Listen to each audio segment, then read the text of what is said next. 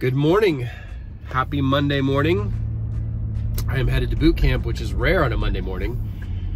Most of the time, Kristen is the one that has, my wife Kristen is the one that has the hall pass on Monday, Wednesday, Friday to get up and go work out. I stay home with the kids while they sleep.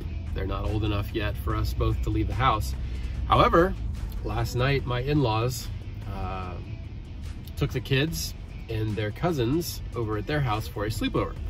And so both Kristen and I have the opportunity to get out this morning and go work out if we so choose, and I am so choosing. You can probably tell by my voice that I'm still not feeling that great. Whatever sinus issue I had last week has turned into a full-blown cold, and so I am a snot factory.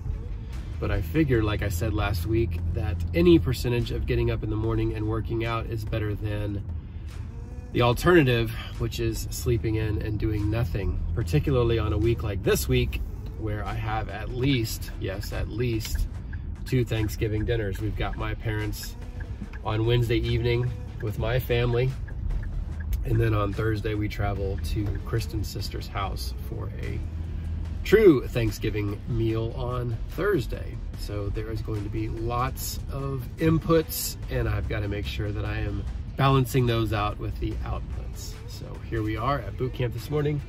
My plan is to do the 12 minutes of death this evening, hopefully with the kids, if I can recruit them to do so. So I will be back later for that. What's up, team? I'm back. It is a little bit after 5 p.m.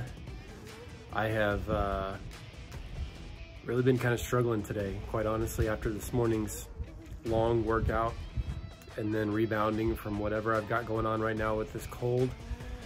And of course, I picked today to do my 24-hour fast as part of StoryAthlete Fuel. So as of right now, I'm about 1 hour and 45 minutes away from hitting 24 hours.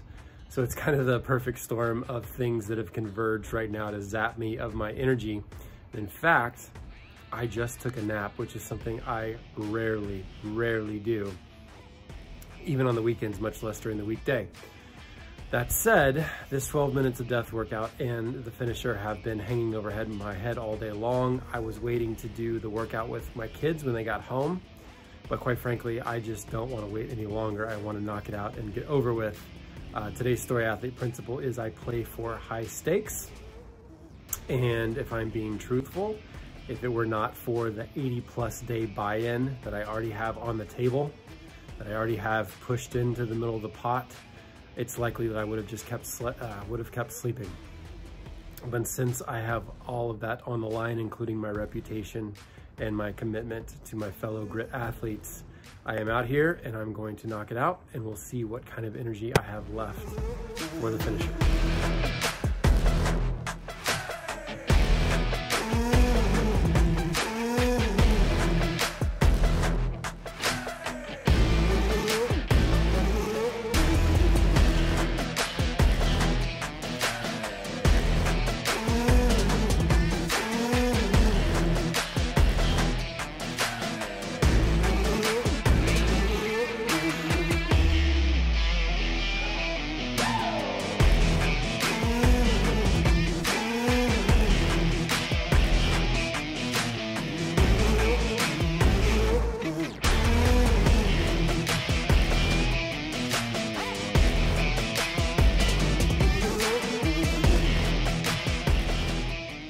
All right, I'm done.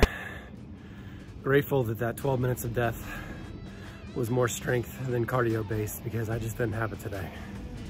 And then I went, I believe, F3 on the finisher, starting at 10 push-ups and going down to 1. I probably could have done more on the finisher if I really wanted to, but today is definitely a minimum effective dose day, specifically since I've got another double workout tomorrow morning. Hopefully, fingers crossed, with the 5K interval run first thing in the morning, and then boot camp right there afterwards. But that is a wrap on today. Thank God for today's stakes.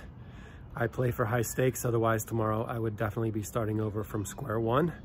But that's the power of not wanting to break the chain. Come hell or high water, I'm gonna get it done, and that's what I did today.